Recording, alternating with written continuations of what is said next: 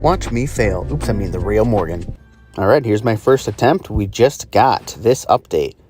So you can go ahead and read through this, enjoy the beautiful art, and the commentary will start any minute now, right? Alright, 3, 2, 1, go. Alright everybody, hello, welcome back to the channel. We just got the update. It updated for me like an hour ago. I played through the 3 levels and I'm using the new tower, the Shaolin Temple, and the new hero. So I'm going to just address each one of these things while you watch this gameplay. Sound fun? Cool. Well, you don't have a say anyways. It's my video. So the Shaolin Temple is pretty cool. It's not quite a barrack, exactly. It kind of just damages and stuns / slows everybody that walks next to it.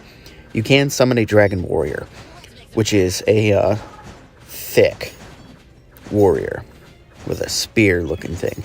And he stands out there. You can move him around. He's got over 500 HP. 500 HP does 40 to 60 damage. This guy is awesome, especially with our hero, Diane Young. That's what I'm going to call him. He's slow. Oh, yes, he is slow with like 4 Ws. But he can attack while he's moving. But his attack doesn't actually come from his mouth or do anything powerful. So he looks a little bit underwhelming to me so far. I need to level him up because he's not at level 10 yet. He's at level 5. Lots of heroes aren't great at level 5. So my full judgment and ranking on this dragon hero, that'll be determined at a later date after I get more experience with him, playing on different difficulties and, you know, all that good stuff. At level 10, maybe he's okay. He seems better than a lot of the just really, I don't know, out of touch, out of place free heroes that can just melee and not really do anything else. Jigu, I'm looking at you. So yeah, he's better than that. And his thunderclouds that spawn, that's like his main attack. They can hit enemies within a decent range of where he's floating currently. So that's pretty cool. He does shoot out, like you just saw right there, a tidal wave that stuns people. Pretty big area, pretty cool. Overall, he seems like a support hero, which I'm glad they went in that direction because we already have 3 broken dragons, mostly Ice Cult and the Fire one. Now, I'm going to be using the Fire one in some of the later levels because things get a little bit crazy. I am playing these for the first time blind on Impossible, and I don't know what enemies are coming. I haven't spoiled anything for myself, so what I'm seeing for the first time. And everything's difficult. I probably should have started them on like normal, or at least seen where the guys are gonna go and stuff and look at the paths. But I just said I'll just rush as much as I can and just get it over with. Now so far, I really like the aesthetic. The Shaolin Temple looks really cool.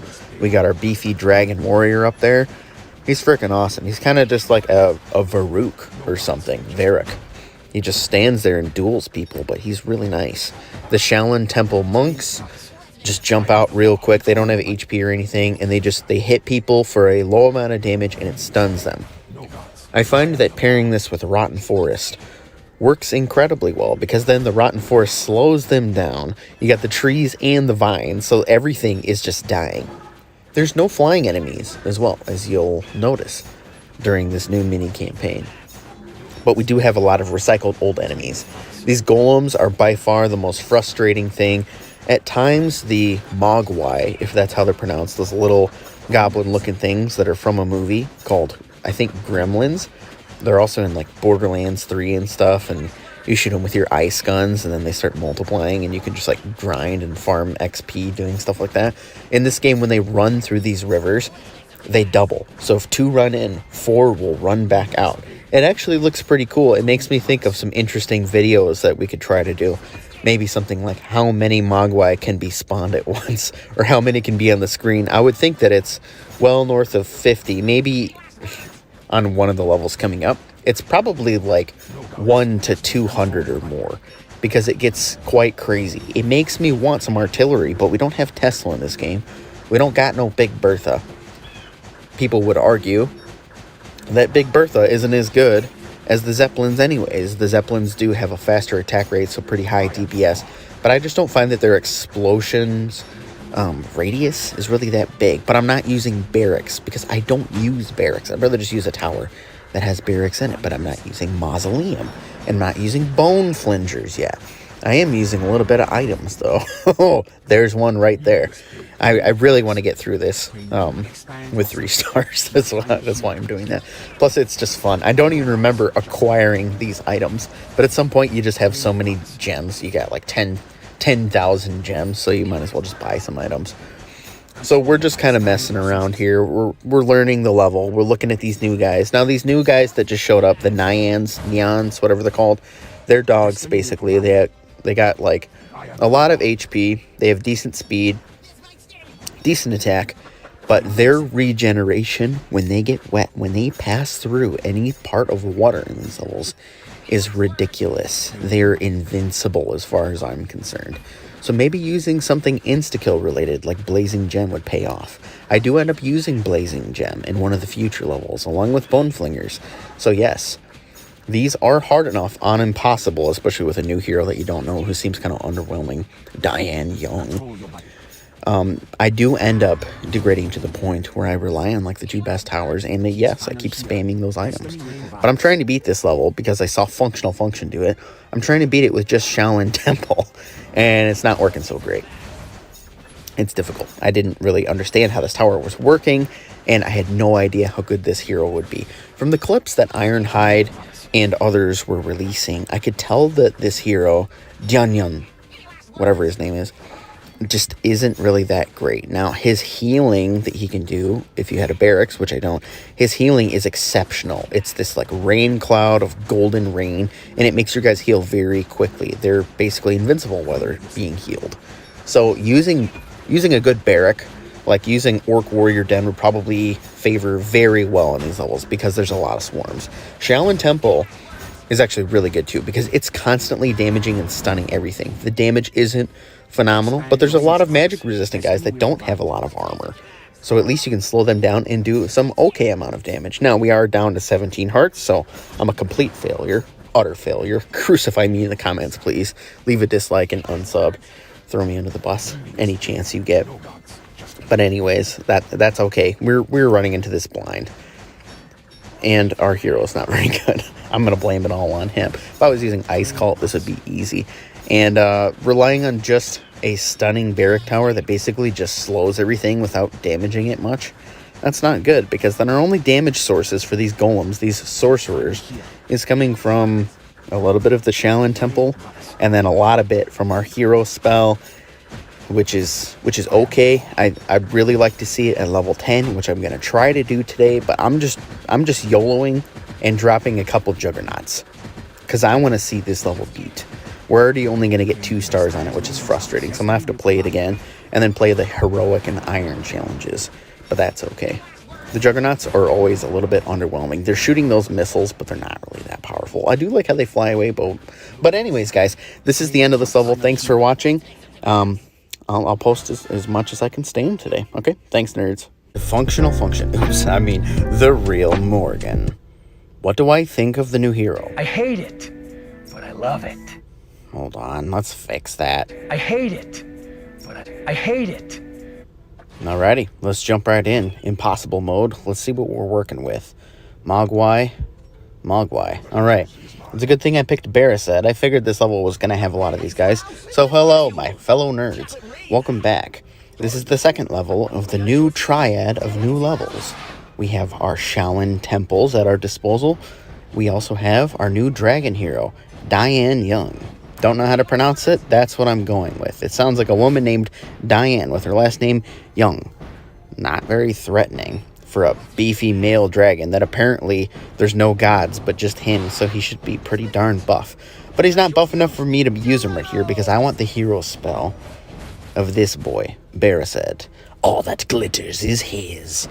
Now these guys, when they hit the water, you'll see in some of these takes, if my Zeppelins don't do a great job taking them all out, when they hit the water, they duplicate, as they said in the previous level. Now this level is very tall, so recording this on Steam would definitely be the way to go. But I only have my phone right now. I'll be able to do it on Steam at a different time, so you can just enjoy scrolling constantly and throwing up for motion sickness. Anyways, it seems like these guys are best taken down by either stalling or just like quick damage. So Bone Flingers would be a good option, but that just seems too easy. Bone Flingers are just OP as frick. They're too OP. So I was going with our Led Zeppelins. Now the Zeppelins are pretty good too. A lot of people compare it to Big Bertha.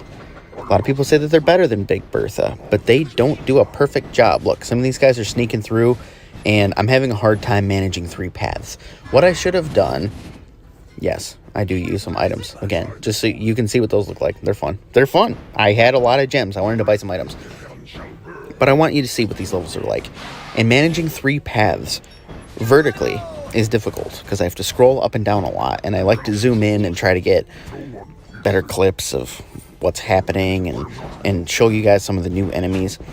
And luckily I have Barrisad, and I chose Swamp Things as well, but Swamp Things attack kind of slow for how many swarms are in these levels. So really a Barrack would be a good option, and then a fast damaging, high DPS tower like Bone Flingers. I end up using them, and they're incredible as always. Bone Flingers plus Blazing Gem murders everything. Now, what else can I say about this level? It seems like the Shreks, the Swamp Things, should be able to do a good job because they can cover 3 paths if you place them in the middle. But there's just too many enemies coming all at once. And then we got this Carnival Dragon that I just showed you.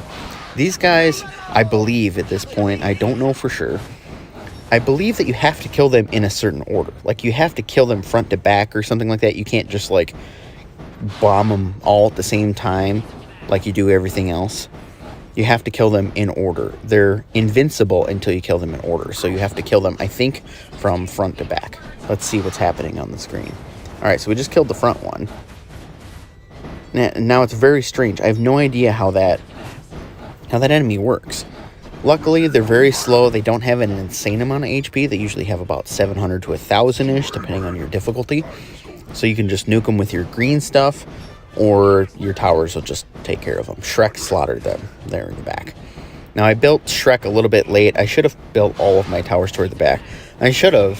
There's so many things I could have done better. But that's okay, because this is just honest blind play on Impossible. These golems continue to be a problem.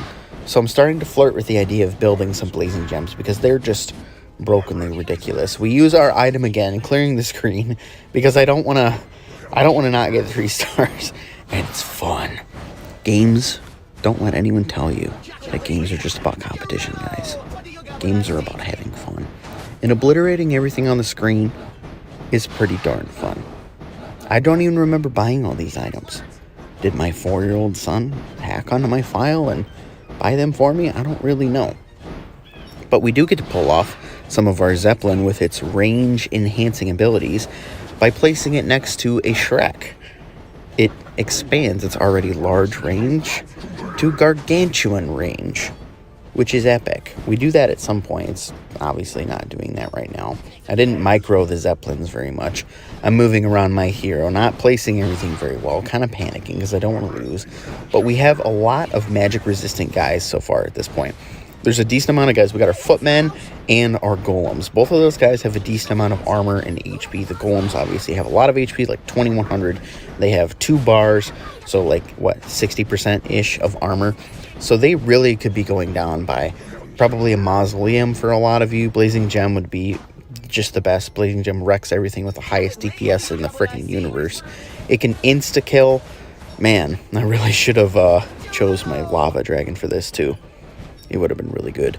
I am Lord of the Flame, even though I am voiced by a female actor.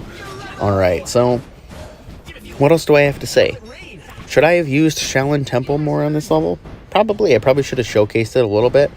I don't remember if I even built a single one, because I'm kind of just panicking. You see those dogs?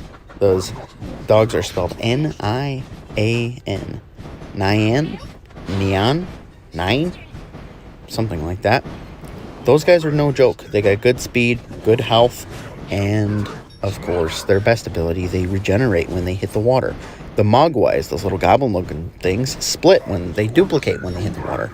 So this whole mini-campaign is kill everything before it gets to the water. So I thought the Zeppelins could do that. But I've already used so many items at this point that clearly they were enough. Now, what I should have done, and what you should do before jumping into this level, you could build the Zeppelin, even though they're kind of expensive, if you're having a good hero, or if you built some bone flingers in the back so you can just spam skeletons and high DPS everywhere through the whole level, or whatever you're going to do. I would go back and I would build probably a Zeppelin at some point. Die! Everybody die! I would build a Zeppelin, but I would support them with some orcs. Probably even better. They might be better to use the Dark Knights. Not really sure. Sorry about that, Viduk.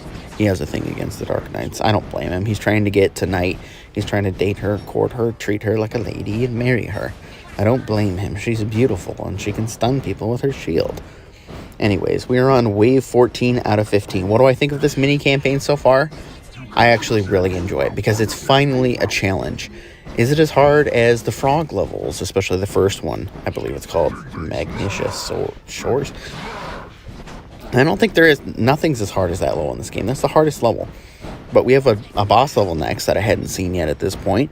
So we don't know what that's going to be like. But most bosses just are obliterated by blazing gems, so it can't be that bad. I can use whatever hero I want. I'm not using Diane Young, the new dragon hero, because I think it's kind of underwhelming and just kind of like a support hero that has a different niche that I don't want to use when I'm trying to cover 3 paths at once that are hard enough just to see because I'm zooming in and not using my camera properly. Anyways, this seems to be the very last part. I end up using Blazing Gem and obliterating everything. Thanks, Blazing Gem. We did it. All right, love you, nerds. Well, hello, my fellow nerds. Let's jump into this level, Dragon's Power. We're going to be fighting this dragon boss. I know it. That means that I'm going to be wanting to pack along my big suitcase filled with bone flingers. Maybe a little bit of Blazing Gem action. Highest DPS ever. Can't get enough of it. And a good hero. This time we're using our lava dragon, Merglin, because we've learned our lesson by now.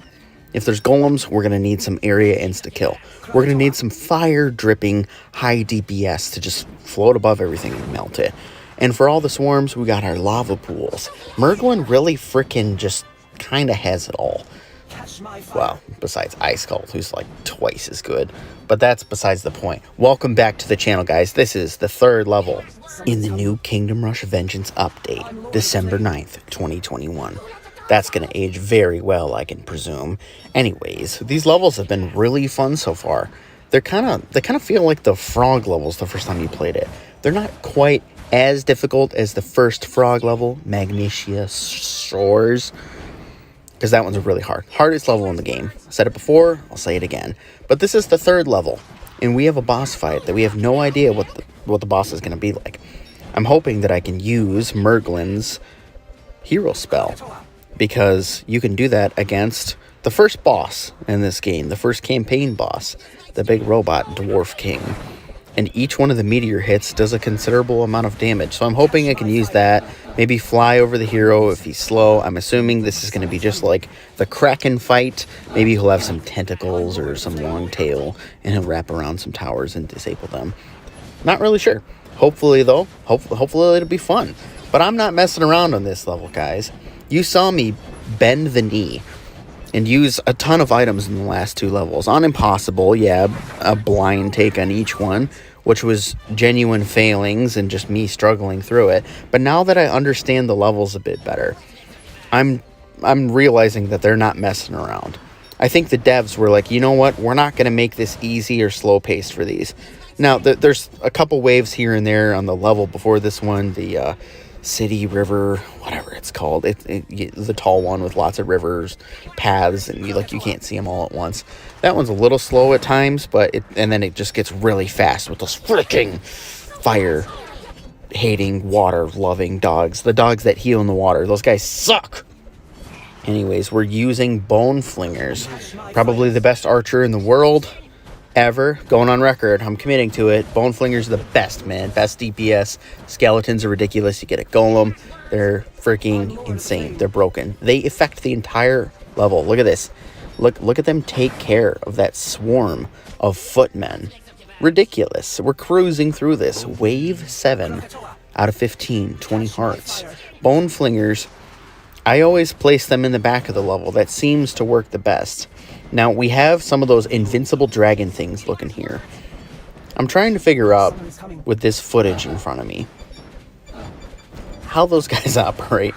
I know that you have to kill them in some sort of order, otherwise they're impenetrable.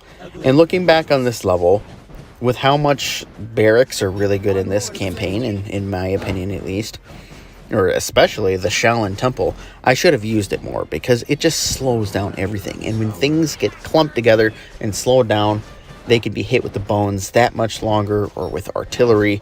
But I'm just going with the 2 best towers in this game. They probably are the 2 best towers in this game.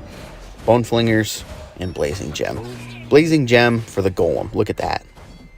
Watch the Golem melt. Now, there's a spot down there on the bottom left that's pretty close to where the boss is. The Blazing Gem has a very limited range, as you know, but it's so freaking strong. It can do like 200 HP or even more than that. I don't know.